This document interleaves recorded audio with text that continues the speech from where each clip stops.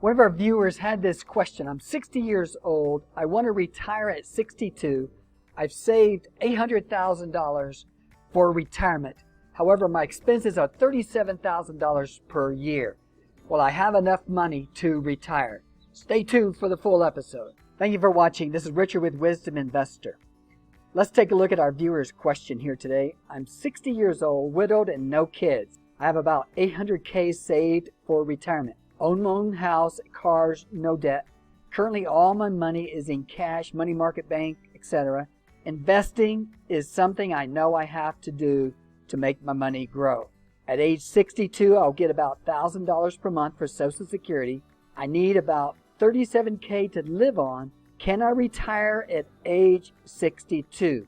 I estimate my insurance between age 60 and 65 to be about $125 to $150 per month. Now, our viewer here has a nice little nest egg saved up, about $800,000.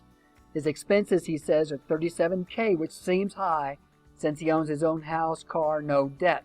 Let's take a look at this a little bit deeper. Now, his health insurance, he's estimating $125 to $150 between the ages of 60 and 67. Now, that may seem low, but he's in California, and he's going to qualify for the Obamacare California Covered Plan, which does give you some substantial discounts or tax subsidies if you have your income under certain limits. He also says here, believe me, I have done my homework. Let's take a look at the income limits for 2021 for Covered California Obamacare insurance. The average premium for a 60-year-old is $543. However, for one person household, if you keep your income under $74,940, you qualify for some extra tax subsidy credits that will reduce your cost. If it's a family of 4 in California, if your income's below $154,500, you can also receive these tax subsidy credits. So how much does Obamacare cost if you're out of California in 2021? I'm going to use an example here in Dallas, Texas. If a person is 62, they're no longer working, they have to get their own insurance, they're single, the insurance is going to be $613 per month for Obamacare. And their income needs to be under $51,040 to qualify for the tax subsidies. If your income, say, $40,000, it's possible you could get a $300 tax subsidy to reduce this $613. If you're 62, you have a spouse that's 62, 2 children, the age of 15, for example, if you do not qualify for the subsidy, it's $1,500 per month. If your income is under $104,800, you may qualify for some tax subsidies. If you're 55, you're going to retire early, you're single, your insurance would be about $476 per month with Obamacare. If you had less than $51,000 in income, you'd qualify for the tax subsidies. If you're going to retire under 55, your spouse is 55, you have 2 children, 15, your insurance is going to be $1,309 per month. So we looked at what health insurance is going to be if you retire early. It's one of the biggest obstacles to retiring early. So that gives you a basic idea. Now let's get back to the viewer's question. He has $800K saved. He's done his homework. He says his expenses are $37,000 per year to live in California. Keep in mind, property taxes are high in California, other taxes, insurance, etc. He says he's done his homework. So we're going to have to find out if this $800K is enough to retire.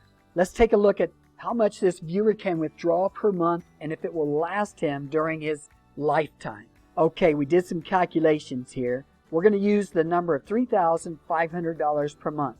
Annual withdrawal increases of 2%, so we're allowing for 2% inflation. Before tax return of 6%, so he's going to have to invest this money. Right now he's in cash. Federal marginal tax bracket we're estimating at 22%. If we do the calculations on this, his $800,000 is going to last 27 years. Let's take a look at the projections on this. The $3,500 per month, that's $42,000 per year. That covers his $37,000 per year he needs. Now his Social Security kicks in at 62 at $1,000 per month or $12,000 per year. He could let his Social Security ride until he's 67 and he would gain about 25% more on his Social Security if he did that. Let's take a look at option B here. If he withdrew $3,000 per month instead of $3,500, that would be $36,000 per year. It grows at 2% inflation, 6% investment return. If he tightened his budget a little bit and reduced his expenses, say to $35,000 per year, he could barely make it on that $3,000. He may not have to withdraw the $1,000. Now, the advantage of only withdrawing $3,000, this is going to last 30 years or more. So if he retires at 62, that would last him at least to 92. They say if you make it to 65, you're going to live to at least 85. Keep in mind, there could be some unexpected expenses along the way, so you got to leave a little bit of cushion here. Now, if he did the full amount on option A, that's $54,000 per year. That's enough to cover his expenses. Option B would be $48,000 per year. That'd also be enough to cover all his expenses. Let's take a quick look at his investing strategy he could use. Again, these projections are based on 6% investment return. He's risk adverse. Right now he's in cash. So he's probably not going to just jump into aggressive stocks or ETF funds. What I would suggest is develop a 50-50 ratio of stocks to bonds, but he could do 50% of his equities or stocks in the Vanguard Total Stock Market, the other 50 in bonds using short duration bond funds. These are some examples here. And then in the initial stages, he may want to put his money into Vanguard Short-Term Federal, which pays out 1.03%. Keep in mind, CDs, certificate deposits, you have to go out about 3 years right now to get 1%. So he could put his money into the Vanguard Short-Term Federal and then over time start to dollar cost average into funds like this. Let's talk about dollar cost averaging here. If he wants a 50-50 ratio, I would recommend, since he's risk averse, his dollar cost average in over a 2-year period. He has $800,000. 50% of that, which is $400,000, is going to go into the stock fund. That would put $20,000 per month over the next 20 months to give him his $400,000.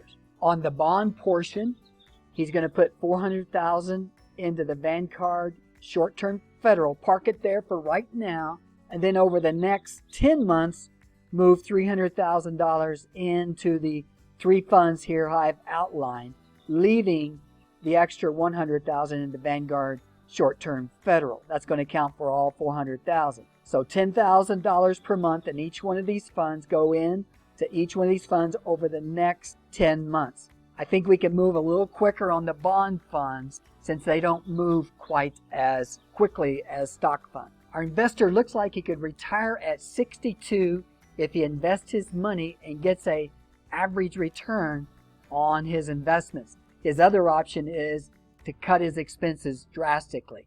If he doesn't cut his expenses and he doesn't invest, his money's only going to last him about 21 years in retirement. So I want to thank you for watching. Leave a comment. Stay tuned for future updates.